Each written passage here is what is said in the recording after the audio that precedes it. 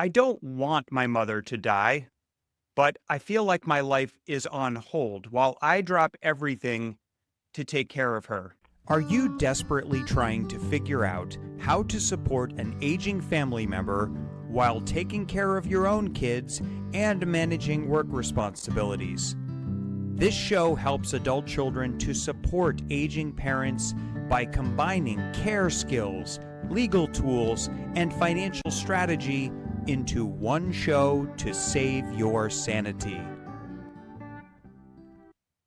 If you are struggling to support an aging family member, especially with dementia, and you're meanwhile taking care of your work responsibilities and family responsibilities, this show is for you. The Later in Life Planning Show combines care skills, legal tools, and financial strategy into one show to save your sanity.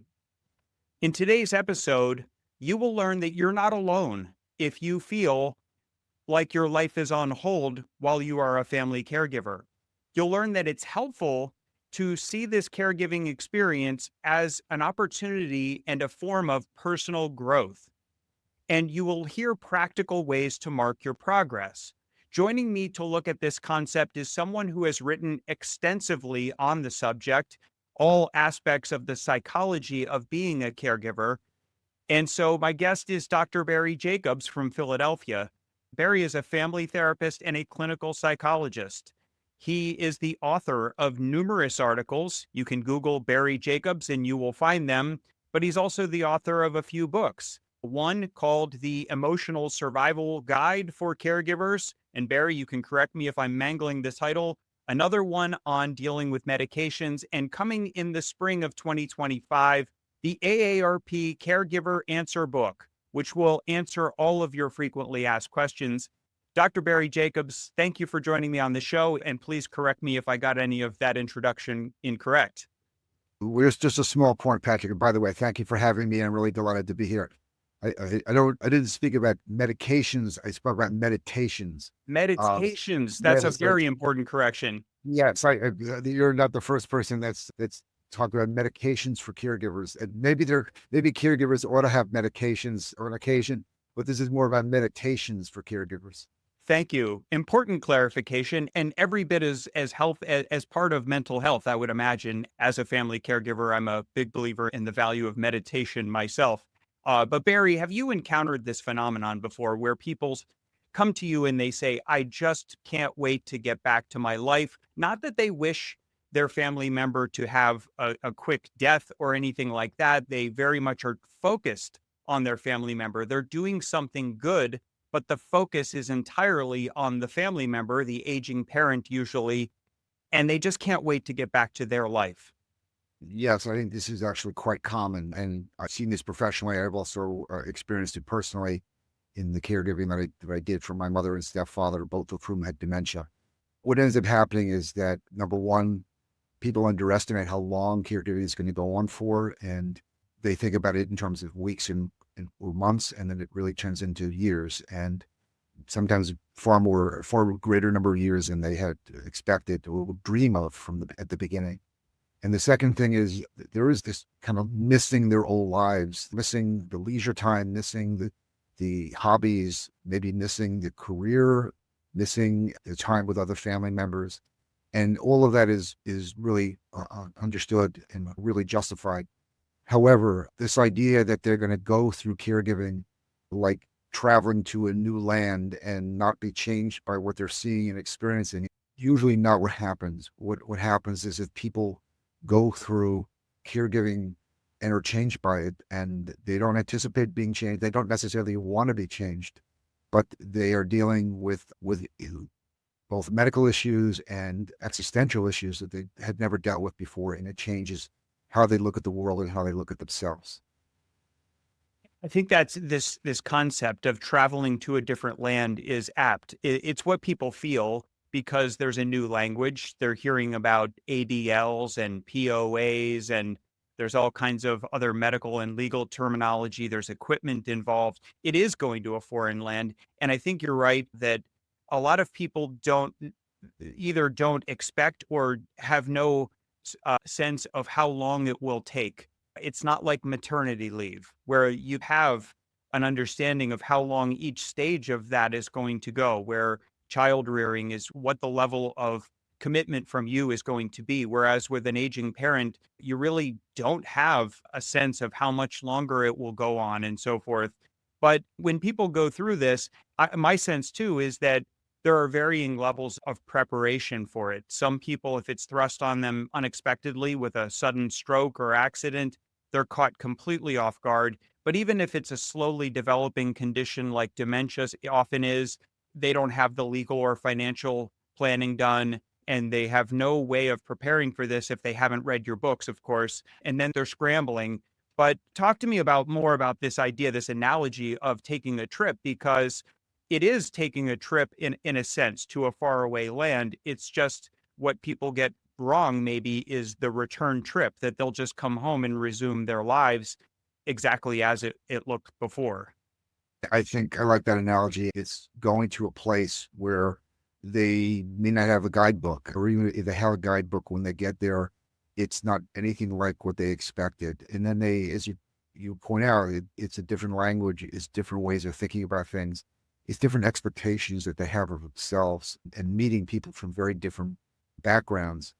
And there is this idea that yes, they're gonna do what they'd like to do for their loved one, and then head home and have photos and mementos. But it really, what's happened in the process is the trip is much longer. It has affected them far more intensely, and they don't come back feeling like they can just resume what they did before. It's not, and there are, granted, there are some people who do that, but many of the folks that I end up working with find that they come back, and some of the work that they were doing before is just not as meaningful to them, because caregiving, the stakes are so high that what they get up, it's a very difficult work, but they know that what they do every day matters in helping somebody deal with some very significant health issues, and may really feel like a life and death issue. Coming back, there aren't that many careers that in this world that have stakes that high, or feel like that you're getting up every day and doing really important work that's with a tremendous sense of purpose. A lot of times people, when they come back from having been a caregiver, and they're now a former caregiver, and they're grieving their loved one, they're also grieving the loss of what had been a very meaningful role for them. And they're trying to figure out, how do they take what they gained, what they learned, and make good use of it in the world, and doing something else that's meaningful. And so I've seen caregivers come who then decide that they're going to become guides for other caregivers. And sometimes they do this formally by, I've seen people go to social work school. I've seen them take a certification course of becoming a caregiver coach. I've seen them volunteer for hospice or become a home health aide. They had learned certain hands-on skills. They had learned certain ideas about the way the healthcare system works, and how POAs and other legal documents work. And now they don't want to just discard that knowledge. They want to implement it in their new found sense of mission to help other people go through this journey that they just went through. And there's a lot going on there, and I've seen this myself. We host caregiver support groups for people who have a spouse or other family member with, let's say, late stage dementia. And when one member of that caregiver support group, when their spouse dies, they continue coming because they've formed a bond with other people going through it, or they see the new people coming into the group and they want to share their profound insights of what they learned about themselves and about caregiving. Or I'm a member of certain, as a family caregiver myself, a member of certain Facebook groups where people have already lost their loved ones, but they stay in the group because it's meaningful to them. And you can imagine, and I think this is what you're describing, that when people go back to their circle of friends who want to, I don't know, complain about the drama at work, that no longer seems all that important to them. Or, as you said, they go back to the office where they always worked, and filling out forms just doesn't do it for them anymore. And they want to do something now that they know what they're capable of and what is out there to improve people's lives. That's really where their attention goes. And through that, they really come to value the work that they did as a caregiver, maybe in a way that while they were caregiving, they didn't realize. But when they come back and Some of the other concerns that they might have had in the past or some of the other work that they might have done just doesn't measure up to that level of purpose. They want to do, again, they want to, as you say, they want to change their lives to bring into alignment their that new expanded sense of self to be able to do things which are really going to matter. They want to make a difference. They don't want to stop making a difference. Just as you say, they are no longer able to just return to what they did before. They have to do something different. And sometimes it takes them almost a year to figure out what that something different will be and work for them in their lives. I wonder how often this comes up in your conversations with people in your clinical practice, but I think that it's not confined to caregiving, but people talk about they get so focused on the life they imagine for themselves, the dreams that they have, and where they think their life is going. And when there are distractions or deviations, so to speak, such as having to put everything down and care for a family member, they see it as just that. This is just a distraction. And when I get past the distraction, I'll resume my life. But maybe I'm waxing philosophic here, but the smarter people than I have written on this subject, which is that the distractions are your life. And it's not about sprinting to a goal you thought you had. It's about engaging in the present moment and every day to see these deviations as the stuff of life. That's what life is made up of. And as long as you don't see it as a distraction, you can actually get something out of engaging in it. And I think this is where you talk about allow the journey to take you. Patrick, I think you're right. There's that old saying of man plans and God smiles. And so things happen that we may consider to be off the path, but in fact, they are the path. And if we can learn as much as we can and grow as much as we can from the things that we encounter and not expect that we're going to follow our dreams exactly the way we had envisioned them, that's really what's crucial. And I'm old enough. I'm not doing anything like what I thought I would be doing when I was 21 years old or 15 years old. Heck, I thought I would be making it in the National Basketball Association. You and me both.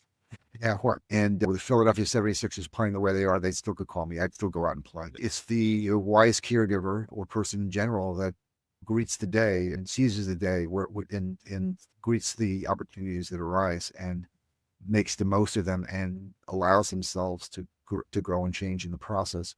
And then values those changes, not doesn't rue those changes, and then tries to with them. And I think caregivers especially have the opportunity when done with caregiving to make a big difference to others.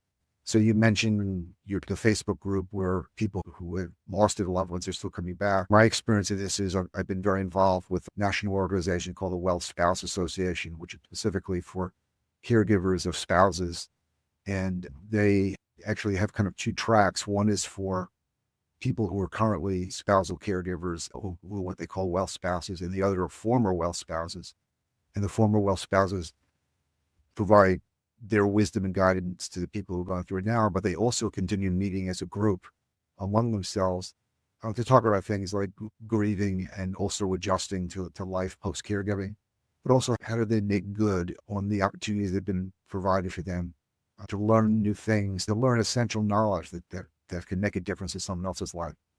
This is great because I think that the analogy to, let's say, going on a trip to Spain and how that's going to change you because you have to learn the language, you have to find the converter so you can plug in your electronics, you have to adjust to a late afternoon siesta and a very late dinner, that we can talk about that as a way of understanding the journey of going away from your routine into caregiving. And it's going to change you when you come home. You're not going to look at the food in your neighborhood the same way after that trip.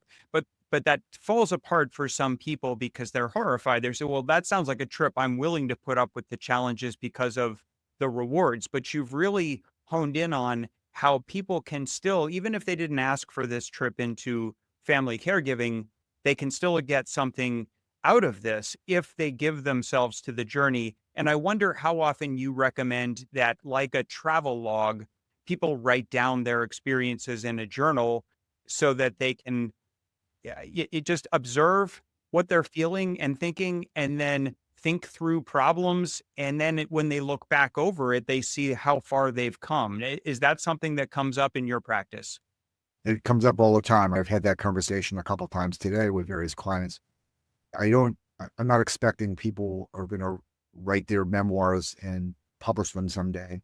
But in the act of writing, in the act of reflecting on our experiences and committing them to a computer screen or to paper, we get a certain distance from them and we think about them. And so in the very act of writing, there's a certain type of learning that goes on, some type of growth that goes on. But as you also point out, Patrick, when we read it back later, we remember things or we understand things in a way we didn't. And that the reviewing or reflections is another way of gaining knowledge about ourselves and about what we went through. And especially I kept the caregiving journal, and it wasn't a daily journal. It was more like every time I felt like writing something, I sat down and write something during the 7 years I was a caregiver for my mother and stepfather. And I went back probably a year after my mom died and reread some of the things. And first of all, I didn't remember 90% of what I had written. And so it was interesting, but it also made me realize I cannot believe all the things that I did. I cannot believe what the daily challenges were and that I had forgotten all I had tackled. But it also gave me an appreciation for all I had gained, that there were things at the beginning of the trip, beginning of my caregiving, that I was shocked by, that I felt helpless with. And certainly by the end, I was like an old hand at all this. It was something that I knew my way around. I knew what I needed to do. I felt a sense of mastery, and all that was reflected in reading the journal as a whole. And so I think that keeping that travelogue, where at the beginning you're just awed and amazed by everything, but also overwhelmed by everything. And then later on talking about getting around and getting from one place to another, or handling things that come up, and just handling challenges that you don't have the confidence earlier on that you can. And all of that self-knowledge is enhanced through writing. And so I think I love caregiver journaling. I love journaling in general with anyone who'd like to learn more about themselves. Especially, I lose track, but I see the occasional article from smart researchers pointing out the way the brain works, that literally putting pen to paper crystallizes the connections you make in your mind and your brain. And it can be a part of the problem solving beyond just setting aside time to think about them. But I love that you can look back on your journey, maybe not the personal growth you wanted or were seeking out, but you look back on it and strengths that you would not have expected that you have, or strengths you had to develop. And I think really that's the value for people who in the midst of it feel overwhelmed. They feel like they're burning the candle at both ends, and that will help them to re-enter life as life looks like. And it might not be what they expect, but I think along the way, recording their observations and insights, both for the present moment and to review later on themselves, is a brilliant tool. Barry, I don't want to take too much of your time today because I could talk to you for hours. I've spent a lot of time reading everything that you've written, but I do want to remind people that they can find the Emotional Survival Guide for Caregivers, the AARP book on meditations by Barry Jacobs, and the forthcoming book that Dr. Barry Jacobs and his wife, also a psychologist, are publishing in the probably spring of 2025, the AARP Caregiver Answer book. So Dr. Barry Jacobs, this is phenomenal subject matter for people who are trying to navigate caregiving. And I thank you so much for all the work you do and for sharing it with me. My pleasure, Patrick. Thanks for having me. I love the work that you do as well. Keep it up. Will do. I hope this episode has been helpful. If you need guidance specifically with a family member living with dementia, I can teach you how to manage communication, decrease stress, and improve quality of life. There is hope in skilled dementia care. Send an email to info@keystoneelderlaw.com. Remember, when you learn the tools to support a family member with dementia, you can do this.